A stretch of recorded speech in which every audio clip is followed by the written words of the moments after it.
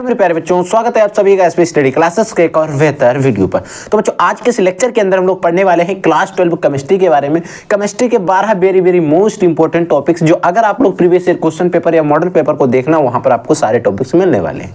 तो देखिए बच्चों, पहला हमारा टॉपिक क्या है, इसको ध्यान से समझ लेना, क्योंकि हर एक टॉपिक वेरी मोस्ट इंपॉर्टेंट है। जैसे बच्चों, इसमें पहला टॉपिक है, पहला क्वेश्चन आप कह सकते हैं कि फिनोल का लीबरमान अभिक्रिया द्वारा परीक्षण लिखे। यानी कि जो हमारा फिनोल होता है, इसका लीबरमान अभिक्रिया के द्वारा आपको इसका परीक्षण लिखना है। और ये जो क्वेश्चन है बच्चों 2017, 19 और 23 में बोर्ड एग्जाम के अंतर्गत पूछा गया है। ठीक है, होता क्या, देखिए फिनोल जो होता है, इसका लीबरमान एक अभिक्रिया होती है, उसके द्वारा आपको इसका परीक्षण करना रहता है फिनोल का, तो वही आपको इसका लिखना है। देखिए, जब फिनोल शांत सल्फ्यूरिक अम्ल यानी कि H2SO4 अम्ल शांत सल्फ्यूरिक अम्ल में घुले हुए सोडियम नाइट्राइड, शांत सल्फ्यूरिक अम्ल जो होता है उसमें घुले हुए हैं सोडियम नाइट्राइड, किससे अभिक्रिया करता है? सोडियम नाइट्राइड से क्या करता है? रिएक्शन करता है, तो नीला या हरा रंग प्रकट होता है। तो क्या होता है? नीला या फिर हरा रंग प्रकट होता है।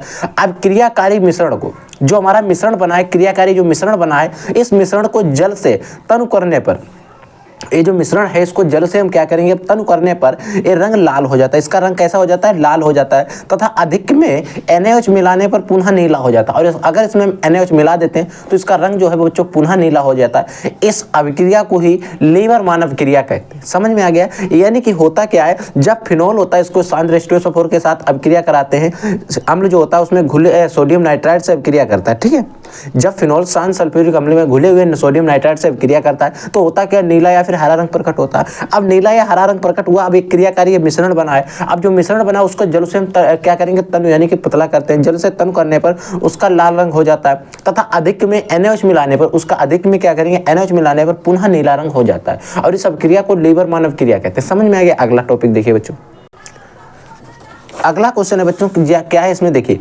जब मेथिल अल्कोहल और एथिल अल्कोहल में विभेद कैसे करेंगे। देखिए, आप जो है मेथिल अल्कोहल और एथिल अल्कोहल में विभेद कैसे करेंगे, केवल रासायनिक परीक्षण तथा अभिक्रिया का समीकरण लिखिए। और ये क्वेश्चन 2013, 16 और 18 में बोर्ड एग्जाम के अंतर्गत पूछा गया है। 18 से अभी तक नहीं आया तो शायद आपके बोर्ड एग्जाम में आ सकता है। ठीक है, तो देखिए आपको मेथिल अल्कोहल और एथिल अल्कोहल में क्या अंतर है, क्या विभेद है, आपको बताना। देखिए, मेथिल अल्कोहल और एथिल अल्कोहल में विभेद आयोडोफार्म परीक्षण द्वारा किया जा सकता है। यानी कि मेथिल अल्कोहल और एथिल अल्कोहल में जो विभेद यानी कि अंतर किया जा सकता है, वो हम क्या कर सकते हैं, आयोडोफार्म परीक्षण द्वारा किया जा सकता है। जो हमारा एथिल अल्कोहल होता है, एथिल अल्कोहल को जब आयोडीन तथा जलीय सोडियम हाइड्रोक्साइड या जलीय सोडियम कार्बोनेट विलयन के साथ गर्म करते हैं तो पीला क्रिस्टलीय ठोस आयोडोफार्म बनता है। क्या बनता है? पीला क्रिस्टलीय ठोस आयोडोफार्म बनता है। ठीक, यानी कि जब हम एथिल अल्कोहल की बात करते हैं, अब हमने इधर देखिए इस रिएक्शन को भी देख लिया। एथिल अल्कोहल की आयोडीन और NaOH के साथ सोडियम हाइड्रोक्साइड की क्रिया करी तो जो आयोडोफार्म हमारा बन गया। ठीक, अब ये कुछ हमारे कंपाउंड्स लिखने, अगर आपने हाइलोफार्म अभिक्रिया पढ़ी तो आपको समझ में आ रहा होगा। लेकिन बच्चों क्या होता है, जो मेथिल अल्कोहल होता है, मेथिल अल्कोहल आयोडोफार्म परीक्षण नहीं देता है। यही हमारा इसमें क्या है, मेथिल अल्कोहल और एथिल अल्कोहल में विभेद हो जाता है। फार्मेलिन क्या है, इसके उपयोग लिखिए। देखिए फार्मेलिन क्या होता है, इसका आपको बताना है। देखिए फार्मेलिन क्या होता है, फार्मेलिन जो होता है फॉर्मल्डिहाइड का जलीय विलयन होता है। यानी कि जो फार्मेलिन होता है वो क्या होता है, एक्चुअल में जो फॉर्मल्डिहाइड होता है उसका जलीय विलयन होता है। समझ में आ गया? जिससे फॉर्मल्डिहाइड की अधिकतम सांद्रता, जिसमें होता क्या है, फॉर्मल्डिहाइड जो होता है उसकी अधिकतम सांद्रता 40% तक होती। यह विलयन मृत जीवों के परीक्षण में प्रयुक्त होता है। ये जो विलयन है फार्मेलिन, इसका का प्रयोग जो होता है मृत जीवों के परीक्षण में इसका प्रयोग किया जाता है फार्मेलिन। समझ में आ गया? अगला टॉपिक देखिए बच्चों, अगला बच्चों टॉपिक है एथिल अमीन क्षारीय प्रकृति प्रदर्शित करता है, क्यों, स्पष्ट कीजिए। बच्चों जो हमारा एथिल अमीन होता है वो एक क्षारीय प्रकृति जो है वो प्रदर्शित करता है, ऐसा क्यों है? देखिए, नाइट्रोजन परमाणु पर एकांकी इलेक्ट्रॉन युग्म की उपस्थिति के कारण, देखिए जो नाइट्रोजन होता है, नाइट्रोजन परमाणु पर एकांकी इलेक्ट्रॉन युग्म जो होता है उपस्थित होता है, प्रेजेंस होता है, उस उपस्थिति के कारण एमीन जो होता है अन्य एमीनों की तरह क्षारीय प्रकृति प्रदर्शित करती है। यानी कि जो एमीन होती है, एमीन जो होती है वो लगभग सारी एमीन अन्य एमीनों की तरह ही क्षारीय प्रकृति प्रदर्शित करती है। लेकिन यह एक दुर्बल एकांकी क्षारक है का व्यवहार प्रदर्शित करती है। लेकिन जो हमारा एथिल अमीन होता है, एक क्या होता है, दुर्बल एकांकी क्षारक का व्यवहार प्रदर्शित करती है। होते तो सारे अमीन क्षारीय है, लेकिन ये क्या होता है, जो एथिल अमीन होता है ये दुर्बल होता है। ठीक है, कार्बोहाइड्रेट को परिभाषित कीजिए। कार्बोहाइड्रेट्स क्या होते हैं? देखिए कार्बोहाइड्रेट देखिए कार्बोहाइड्रेट्स क्या होते हैं, कार्बोहाइड्रेट्स के बारे में अपने पॉलीसेकेराइड, मोनोसेकेराइड, डाइसेकेराइड कई सारे कार्बोहाइड्रेट्स को पढ़े होंगे। लेकिन यहाँ पर हमें इसको परिभाषित करना है, 1 से 2 नंबर में इतना अगर पूछा जाता तो आप इतना ही लिखोगे। देखिए कार्बोहाइड्रेट ध्रुवक गुणक, ठीक है, पॉलीहाइड्रॉक्सिल एल्डिहाइड या कीटोन होते हैं। ठीक है, इनका ये पहचान है। या वे पदार्थ होते हैं जो जल अपघटित होकर मोनोसैकेराइड के कई अणु देते हैं, या फिर वो ऐसे पदार्थ होते हैं जो जल अपघटित होकर मोनोसैकेराइड के कई सारे परमाणु देते हैं। कार्बोहाइड्रेट हो गया। अगला बच्चों लिपिड क्या होते हैं, इनके प्रमुख कार्य बताएं। देखिए लिपिड क्या होते हैं, आपको लिपिड्स के बारे में बताना और इनके प्रमुख कार्य भी बताना। देखिए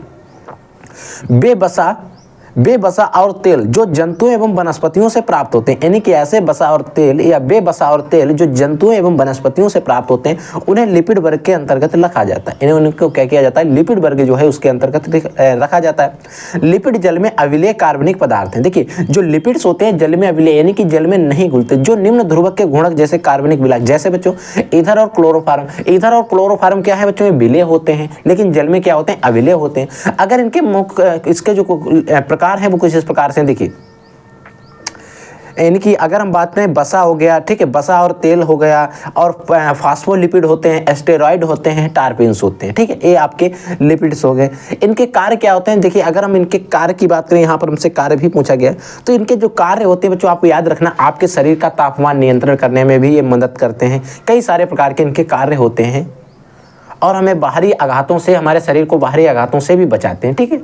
अगला क्वेश्चन देखिए, अगला बच्चों हमारा टॉपिक है जिसमें आपसे पूछा जा रहा है कि सिल्वर धातु सिल्वर नाइट्रेट के विलयन से सिल्वर को विस्थापित कर देती है क्यों। देखिए बच्चों जो सिल्वर धातु होती है, सिल्वर नाइट्रेट का अगर कोई विलयन है तो सिल्वर नाइट्रेट के विलयन से सिल्वर को क्यों विस्थापित कर देती है, ऐसा आपको बताना है। देखिए बच्चों वैद्युत रासायनिक श्रेणी में, जो हमारी वैद्युत रासायनिक श्रेणी है उस वैद्युत रासायनिक श्रेणी में कॉपर धातु का स्थान सिल्वर धातु से ऊपर होता है। जो हमारी कॉपर धातु होती है उसका जो स्थान है जो सिल्वर धातु है उससे ऊपर है, जिसके कारण कॉपर धातु सिल्वर नाइट्रेट के विलयन से सिल्वर को विस्थापित कर देती है। जिसके कारण होता क्या है, जो हमारी कॉपर धातु है वो सिल्वर नाइट्रेट के विलयन से सिल्वर को आसानी से विस्थापित कर देती है।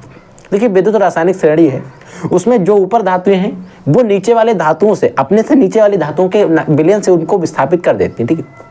जैसे बच्चों Cu था, कॉपर था, एक विलयन था सिल्वर नाइट्रेट का, अब सिल्वर नाइट्रेट के विलयन से सिल्वर को विस्थापित कर देता है और कॉपर अपना नाइट्रेट बना लेता है और Ag को अलग कर देता है। अगला क्वेश्चन है बच्चों हेनरी का नियम लिखिए तथा इसके महत्वपूर्ण उपयोग भी लिखिए। देखिए बच्चों हेनरी का नियम क्या होता है इसको समझिए। इस नियम के अनुसार, किस नियम के अनुसार, हेनरी के नियम के अनुसार स्थिर ताप पर किसी भी गैस की द्रव्य में विलेयता उसके आंशिक दाब के समानुपाती होती है। यानी कि अगर ताप स्थिर है तो किसी भी गैस की जो द्रव्य में विलेयता होगी उसके आंशिक दाब के क्या होगी, समानुपाती होगी, डायरेक्टली प्रोपोर्शनल होगी। यदि किसी गैस की द्रव्य में विलेयता जो है S है और आंशिक दाब P है तो हेनरी के नियम से S डायरेक्टली प्रोपोर्शनल P, ये आपको याद रखना है, ठीक है। अगर इसके उपयोग की बात करें तो सोडा वाटर में CO2 की विलेयता को बढ़ाने के लिए भी इसका उपयोग किया जाता है, ठीक है। अगला है कारण सहित स्पष्ट कीजिए कि हीलियम उत्कृष्ट गैसों में सबसे ज्यादा निष्क्रिय है। देखिए कारण सहित हमें बताना है कि हीलियम गैस जो है सबसे ज्यादा उत्कृष्ट गैसों में सबसे ज्यादा निष्क्रिय है, क्यों। लेकिन वैसे तो सारी उत्कृष्ट गैसें ही निष्क्रिय होती हैं, लेकिन उनमें सबसे ज्यादा निष्क्रिय जो है वो हीलियम है, ऐसा क्यों है। तो हीलियम उत्कृष्ट गैसों में सबसे ज्यादा निष्क्रिय होती है क्योंकि इसमें कोषों की संख्या सबसे कम होती है, इसमें जो कोष होते हैं उनकी संख्या सबसे कम होती है, जिसके कारण आकर्षण बल का जो मान होता है वो सबसे अधिक होता है। यानी कि आकर्षण बल जो होता है वो सबसे अधिक होता है, इसीलिए हीलियम उत्कृष्ट गैसों में सबसे ज्यादा निष्क्रिय होती है। समझ में आ गया। अगला टॉपिक देखिए बच्चों,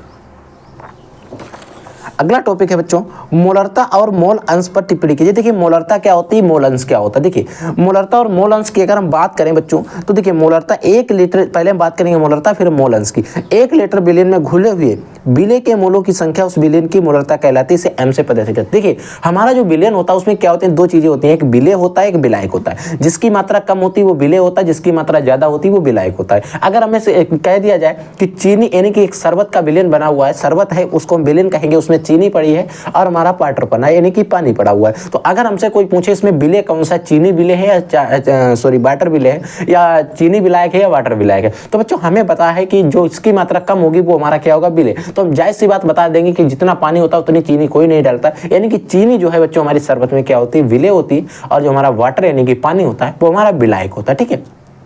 तो इसी प्रकार से 1 लीटर विलयन में घुले हुए विलय के मोलों की संख्या उस विलयन की मोलरता कहलाती है। इससे बच्चों M से प्रदर्शित करते हैं, विलय के आप मोल निकाल लोगे, फिर विलयन का आयतन लीटर में आपको निकाल के इसका बता देना है। अगला बात करते हैं बच्चों मोल अंश या फिर मोल प्रभाज भी हम इसको करते हैं, मोल फ्रैक्शन इसको इंग्लिश में कहते हैं, ठीक है। देखिए होता क्या है, विलयन में उपस्थित किसी एक घटक या अवयव के मोलों की संख्या, हमारे पास कोई विलयन है उसमें उपस्थित किसी एक घटक या फिर अवयव के मोलों की संख्या, या फिर विलय एवं विलायक के कुल मोलों की संख्या, और क्या करें तथा विलय और विलायक के कुल मोलों की संख्या के अनुपात को उस अवयव या उस घटक का मोल प्रभाज कहलाता है। इसे हम बच्चों x से प्रदर्शित करते हैं। अगर हमें विलय के मोल प्रभाज निकालने हो तो Na/Nb + Nb, यानी कि नीचे आपको दोनों के रखने, जिसके आपसे पूछे जाए उसको आपको ऊपर रखना है। ठीक है, अगला टॉपिक है बच्चों हमारा परासरण दाब क्या होता है। देखिए परासरण दाब क्या होता है, परासरण की क्रिया को रोकने के लिए जो दाब लगाया जाता है उसे परासरण दाब कहते हैं। अब एक होता है कि परासरण पर टिप्पणी कीजिए, परासरण क्या होता है, परासरण को मैंने पढ़ा दिया है, यानी कि परासरण क्रिया होती वो अलग है, उसमें एक क्रिया होती है, लेकिन ये क्या है, परासरण का दाब है। अगर परासरण की क्रिया जोर से चल रही थी या धीमे से चल रही थी, अगर हमें उसे रोकना है तो उसके लिए एक दाब लगाना पड़ेगा। जिस प्रकार गाड़ी को रोकने के लिए ब्रेक लगानी पड़ती है, उसी प्रकार से परासरण के दाब को रोकने के लिए परासरण की क्रिया को रोकने के लिए दाब लगाना पड़ता है, और उस दाब को हम कहते हैं बच्चों परासरण दाब कहते हैं। समझ में आ गया। अगला टॉपिक देखिए बच्चों, अगला टॉपिक बच्चों हमारा है 12वां टॉपिक है, क्या है, फैराडे का विद्युत अपघटन का द्वितीय नियम। देखिए फैराडे का विद्युत अपघटन का द्वितीय नियम होता है, एक प्रथम नियम है, एक द्वितीय नियम है, लेकिन प्रथम नियम ज्यादातर बोर्ड एग्जाम में नहीं पूछा जाता है, द्वितीय नियम है जो सबसे ज्यादा बोर्ड एग्जाम में पूछा जाता है। देखिए इस नियम के अनुसार, किस नियम के अनुसार, फैराडे के द्वितीय विद्युत अपघटन के नियम के अनुसार। ठीक है, जब श्रेणी क्रम में जुड़े हुए विभिन्न विद्युत अपघट्टों के, जो हमारे श्रेणी क्रम में जुड़े हुए विभिन्न विद्युत अपघट्ट हैं, उनके विलयनों में समान मात्रा में विद्युत प्रवाहित की जाती है। उनमें क्या किया जाता है, समान मात्रा में विद्युत धारा प्रवाहित या विद्युत प्रवाहित की जाती है। तो इलेक्ट्रोडों पर मुक्त पदार्थ होगा, जो इलेक्ट्रोड होते हैं उन पर जो मुक्त पदार्थ होगा, उसका मुक्त पदार्थ के द्रव्यमान जो होंगे, उनके तुल्यांकी भार जो होंगे, उनके समानुपाती होंगे, तुल्यांकी भारों के समानुपाती होती है। ये आपको रिएक्शन याद रखना। ठीक है, अब बच्चों इसमें हमने आपको टॉप जो 12 टॉपिक थे वो मैंने आपको समझा दिए। इन 12 टॉपिक को आपको तैयार कर लेना, क्योंकि आपका बोर्ड एग्जाम में कहीं से भी क्वेश्चन आ सकते हैं। तो मैं आपको वो सारे कंटेंट प्रोवाइड कराने का पूरा प्रयास करूंगा जो आपके बोर्ड एग्जामिनेशन के लिए इंपॉर्टेंट है। हर एक टॉपिक का रिवीजन करिए, तैयार करके जाइए, ताकि आपको वहाँ पर कोई भी प्रॉब्लम ना हो। ठीक है बच्चों, तो अगर आपके मन में कोई डाउट, कोई भी ऐसा क्वेश्चन है जो आप हमसे पूछना चाहते हैं, तो वीडियो के कमेंट सेक्शन में कमेंट करके तुरंत पूछिए, हम और हमारी टीम के द्वारा आपका जवाब तुरंत दे दिया जाएगा। ठीक है बच्चों, तो आप लोग पढ़ते रहिए, आगे बढ़ते रहिए। I will take in this class. तब तक के लिए जय हिंद, वंदे मातरम।